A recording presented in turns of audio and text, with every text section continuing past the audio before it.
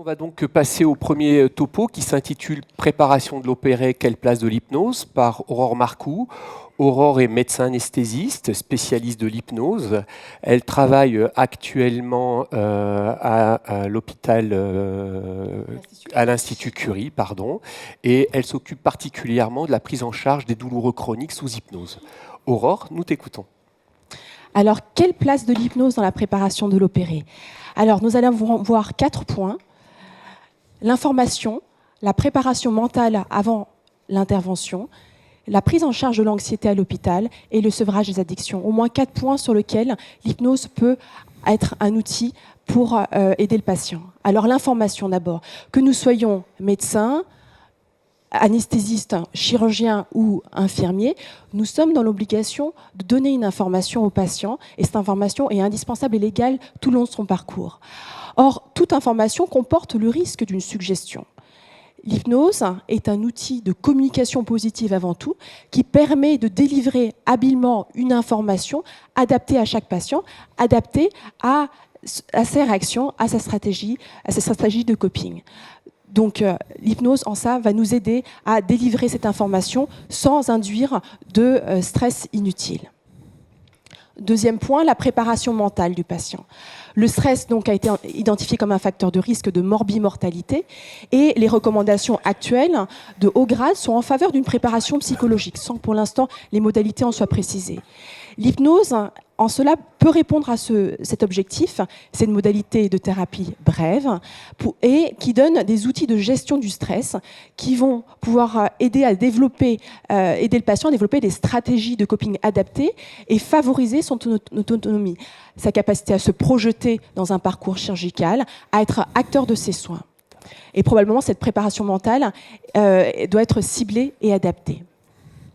Troisième point, la prise en charge de l'anxiété à l'hôpital. Une fois que le patient arrive à l'hôpital la veille de l'intervention, comment faire pour diminuer cette anxiété naturelle ?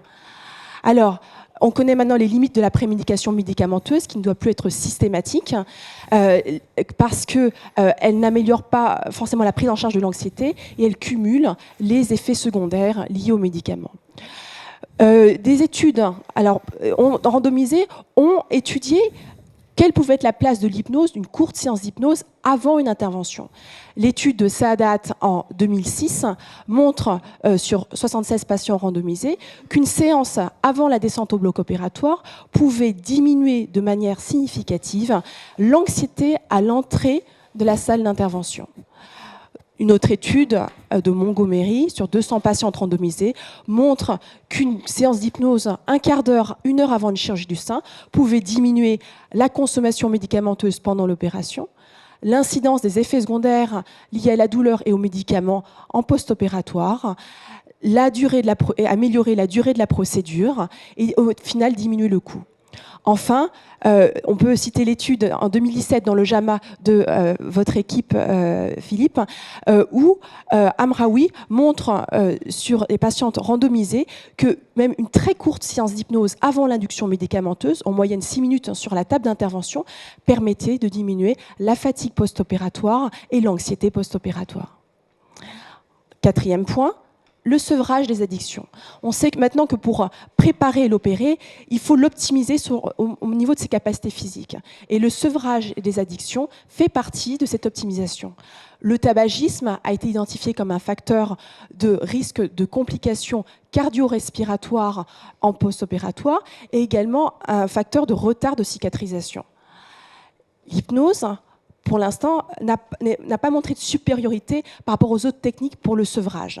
Mais c'est un outil à considérer pour une aide au sevrage pour les patients motivés, car on sait que cette période préopératoire est une opportunité exceptionnelle pour les patients pour se sevrer au niveau du tabac. On sait qu'un patient à l'annonce d'une maladie ou avant une chirurgie a 10 fois plus de chances de réussir un sevrage tabagique. Au final, quelle place de l'hypnose avant, dans la préparation de l'opéré ? Eh bien, on voit sa place est dans l'information, la gestion du stress en amont, la prise en charge de l'anxiété à l'hôpital, le sevrage des addictions. Au final, on est dans la préparation physique, la préparation mentale, et en fait, tout cela répond aux objectifs actuels de préparer le patient en vue d'optimiser, de diminuer les facteurs de risque pouvant impacter négativement l'outcome du patient, c'est-à-dire sa réhabilitation post-opératoire. C'est tout ce qu'on appelle la préhabilitation chirurgicale. Et en cela, l'hypnose a donc toute sa place dans la préhabilitation chirurgicale. Je vous remercie. Merci Aurore pour cette présentation qui était extrêmement claire et limpide pour, je pense, tous les internautes. Beaucoup de questions qui arrivent sur le chat. La première, Aurore, c'est finalement, on reproche souvent à l'hypnose d'être consommateur de temps. Est-ce que dans ta pratique, tu as cette notion de dire que finalement, faire de l'hypnose, c'est une perte de temps à nos consultations et au bloc opératoire ? Alors, l'hypnose, effectivement, suppose la mise en place de toute une organisation qui peut sembler chronophage et qui l'est pour l'organisation. Mais toutes les études randomisées, en fait, montrent que l'hypnose, au final, fait gagner du temps. On peut citer l'étude dans le Lancet de langue où, finalement, on diminue les durées de procédure. Et tout simplement pourquoi ? Parce qu'un patient qui est détendu, va permettre de faciliter sa prise en charge, que ce soit la prise en charge au niveau d'un geste, mais la prise en charge tout le long de son parcours. Donc, au final, l'hypnose nous fait gagner du temps. Merci. Alors, j'ai Hervé qui m'envoie une question de Madame Michu de Courbevoie. Elle se pose la question. Je ne suis pas sensible, je suis quelqu'un de très rebut à l'hypnose. Est-ce que ça peut avoir un intérêt pour moi ? Alors, l'hypnose médicale est un outil qui va s'adresser à tout le monde. En cela que nous n'avons pas besoin, les études qui ont été faites portent des patients qui ne sont pas sélectionnés. Donc, elle permet d'accompagner des patients dans un état naturel que tout le monde connaît et que tout le monde peut s'approprier en étant accompagné. Donc, pas de crainte pour cela. L'hypnose peut être proposée à chaque patient, quel que soit son niveau de suggestibilité. Les orateurs autour de la table peuvent aussi poser des questions. Une autre question qui nous vient, c'est bonjour Aurore, est-ce qu'il faut que je me prépare avec une séance d'hypnose en préopératoire ? Et est-ce que pour améliorer mon confort ou mon anxiété au cours de l'intervention, est-ce que éventuellement je dois consulter pour une séance d'hypnose ? Alors, l'hypnose est effectivement un outil de préparation mentale et qui permet d'augmenter nos compétences face à un stress donné. Alors, une préparation, bien sûr, elle est adaptée à chacun. Peut-être que certaines personnes n'auront pas besoin de ces préparations, mais effectivement, si un patient ressent cette nécessité de préparation, c'est un outil à lui proposer. Une question pour Aurore. Moi, j'en ai une autre. Aurore, on a perdu l'habitude de prémédiquer actuellement nos patients. Est-ce qu'il y a un intérêt ou non à prémédiquer les patients qui vont avoir une séance d'hypnose pour leur intervention chirurgicale ou pour un soin ? Alors, par rapport à l'hypnose pour une intervention chirurgicale, donc ce sont les hypnosédations, on a besoin que les patients soient bien aptes à se concentrer. Et donc la prémédication parfois excessive, médicamenteuse, peut gêner cette aptitude à se concentrer. Donc pour les patients sous hypnosédation, nous on ne recommande pas une prémédication trop lourde. Si elle est indispensable pour le patient, peut-être légère, mais en tout cas qu'elle n'interfère pas avec ses capacités de concentration.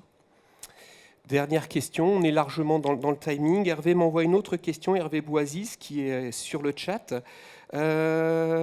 Bonjour Aurore, je pratique régulièrement l'hypnose. J'ai vu que sur YouTube, et oui, YouTube, il y a des sites qui permettent de faire de l'auto-hypnose. Qu'en penses-tu ? Alors, les applis, les sites sont d'excellents supports, effectivement, pour apprendre l'hypnose, notamment apprendre l'auto-hypnose. Et ça peut être effectivement une aide pour s'approprier cet outil. Mais l'hypnose est avant tout quelque chose qui se vit. Et c'est vrai que de le vivre de manière accompagnée et personnalisée est quelque chose qui va être extrêmement précieux. Donc, en conseil, essayez de le vivre au moins de manière accompagnée par un thérapeute au moins quelques fois, quitte ensuite à développer avec une appli cette aptitude par vous-même à rentrer en auto-hypnose. Il nous restera encore deux petites questions. J'invite bien sûr nos